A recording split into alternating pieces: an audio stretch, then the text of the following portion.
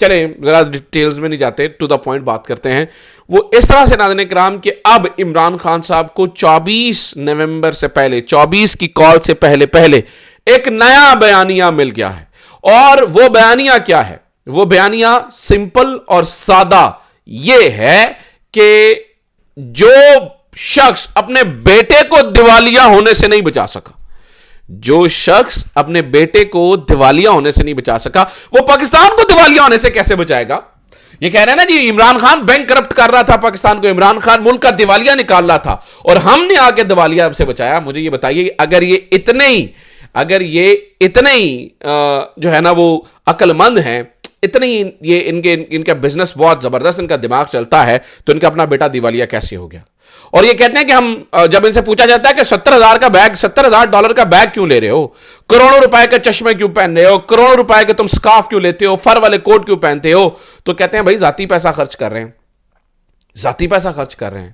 اگر یہ پیسہ پاکستان کی عوام کا نہیں ہے اور آپ کا ذاتی پیسہ ہے, تو پھر مجھے بتائیے کہ آپ لندن میں بینک کرپٹ کیوں ہو گئے؟ سادہ سوال ہے. یا تو آپ بینک کرپٹ ہیں, جب آپ بینک کرپٹ ہو جاتے ہیں تو اس کا مطلب یہ ہوتا ہے کہ آپ کے پاس ککھ نہیں بچا اپنے ڈیوز کلیئر کرنے کے لیے. جب آپ بینک کرپٹ ہوتے ہیں تو پھر آپ فر والے کوٹ کیسے پہن سکتے ہیں؟ آپ $70,000 کے کوٹ کیسے پہنتے ہیں؟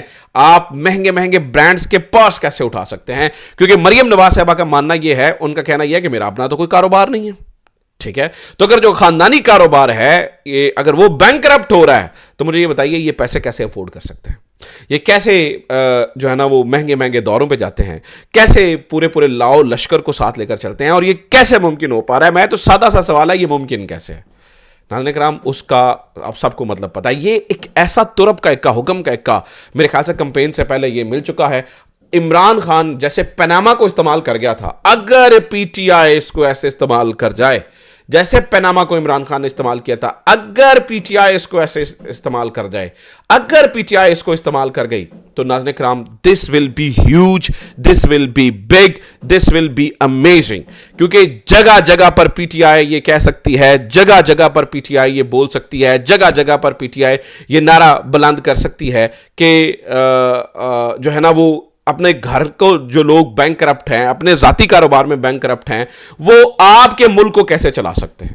اور یہ کیسے کہہ سکتے ہیں کہ ہم نے معیشت کو, آج معیشت کی بڑی باتیں کر رہے تھے, وزیر خزانہ اورنگزیب صاحب بھی بیٹھے ہوئے, اور وہ بیٹھے ہوئے بتا رہے تھے کہ جی ہم سرپلس کا بڑا, انہوں نے جو ہے نا وہ IMF نے کہا کہ اتنی جلدی میں آپ نے کیسے نقصان کو سرپلس میں تبدیل کیا ہے.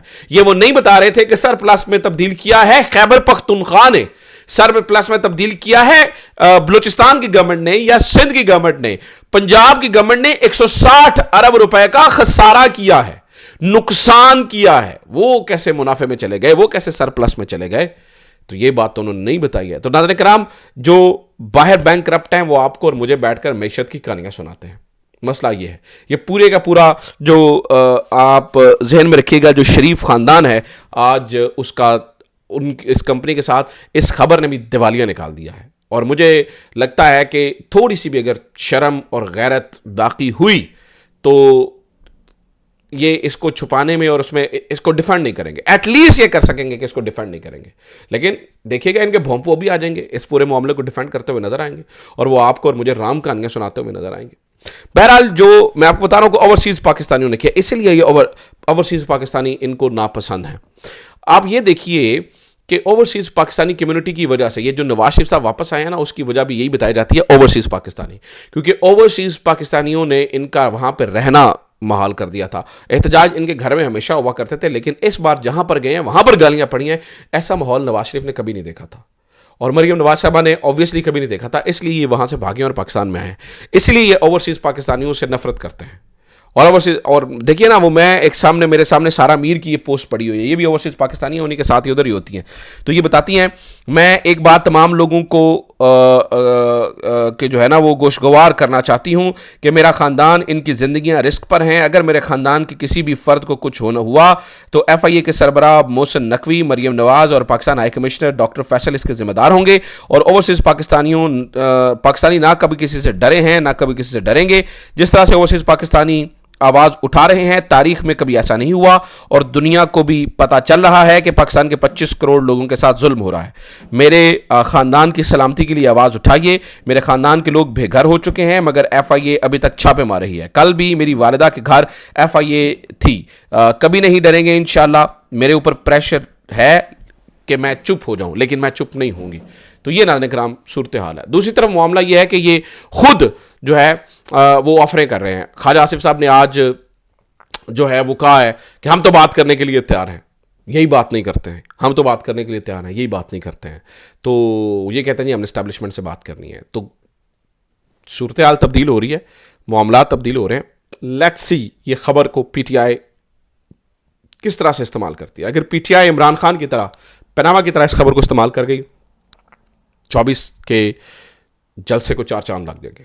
سو لیٹس سی کیا ہوتا ہے. امید کرتا ہوں ویڈیو آپ کے لیے انفارمیٹیو رہی ہوگی. اپنا خیال رکھیے. خدا حافظ. پاکستان